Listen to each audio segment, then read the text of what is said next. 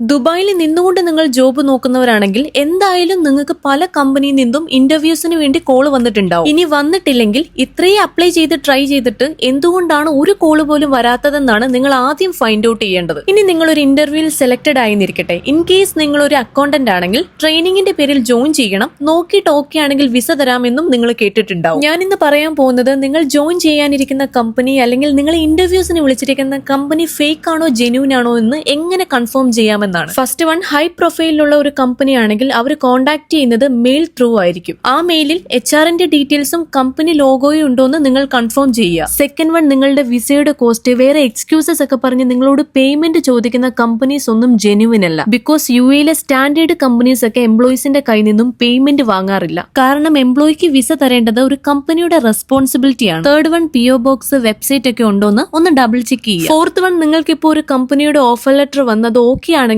നിങ്ങൾ ആ കമ്പനിയുടെ പ്രൊഫൈൽ ലിങ്ക്ഡിനിൽ കയറി ചെക്ക് ചെയ്യുക. അതിൽ എംപ്ലോയീസ് ലിസ്റ്റ് നിങ്ങൾക്ക് കാണാൻ കഴിയും. അതിൽ എക്സ്പീരിയൻസ്ഡ് ആയിട്ടുള്ള എംപ്ലോയീസിന്റെ ഡീറ്റെയിൽസ് നോക്കി അതിൽ തന്നെ അവരെ കോൺടാക്ട് ചെയ്യാനും കഴിയും. അതിൽ നിന്ന് റെസ്പോൺസ് കിട്ടിയാൽ നിങ്ങൾക്ക് ഒരു പരിധി വരെ ആ കമ്പനിയുടെ ബേസിക് ഡീറ്റെയിൽസ് അറിയാൻ കഴിയും. ഫിഫ്ത്ത് വൺ, നിങ്ങൾ ഒരു കമ്പനി പ്രൊവൈഡ് ചെയ്യുന്ന ഓഫർ ലെറ്റർ കൊണ്ട് മാത്രം വർക്ക് ചെയ്യാൻ സ്റ്റാർട്ട് ചെയ്യരുത്. ലേബറിന്റെ ഓഫർ ലെറ്റർ പ്രൊവൈഡ് ചെയ്യാൻ കമ്പനിയോട് നിങ്ങൾ ആവശ്യപ്പെടണം. അതുപോലും അവർ തരാൻ ലേറ്റ് ആവുന്നുണ്ടെങ്കിൽ ട്രെയിനിങ്ങിന്റെ പേരിൽ പിന്നെ അവിടെ നിന്നാൽ ആ കമ്പനിയുടെ പെൻഡിംഗ് വർക്കും കഴിയും, നിങ്ങളുടെ സമയവും പോകും. ഇനി ഇതൊന്നും വർക്ക്ഔട്ട് ആയില്ലെങ്കിൽ നിങ്ങളുടെ ജോബ് കൺഫേം ആണെങ്കിൽ ആ കമ്പനിയിൽ അപ്ഡേറ്റ് ചോദിക്കാൻ പോകുമ്പോൾ അവിടെ ആരെങ്കിലും ആയിട്ടൊന്ന് കണക്റ്റഡ് ആവണം. എന്നിട്ട് ആ എംപ്ലോയിയോട് സംസാരിച്ച് ആ കമ്പനിക്ക് എത്രമാത്രം ജെനുവിനിറ്റി ഉണ്ടെന്ന് ഉറപ്പുവരുത്തുക. ഞാൻ ഈ പറഞ്ഞ കാര്യങ്ങളൊക്കെ അത്യാവശ്യം നല്ല രീതിയിൽ എഫേർട്ട് ഇട്ട് ക്രിയേറ്റ് ചെയ്തിട്ട് നാട്ടുകാരെ പറ്റിക്കുന്നവരും ഉണ്ട്. ശരിക്കും പറഞ്ഞാൽ ഞാൻ ഇന്ന് അല്പം സീരിയസ് ആയല്ലേ? കടുപ്പിക്കട്ടെടാ, ഞാൻ കടുപ്പിക്കട്ടെ? ഒന്നും ചെയ്യത്തില്ലടാ, പാവാടാ. അപ്പൊ ഇന്നത്തെ വീഡിയോ ഇത്രയേ ഉള്ളൂ.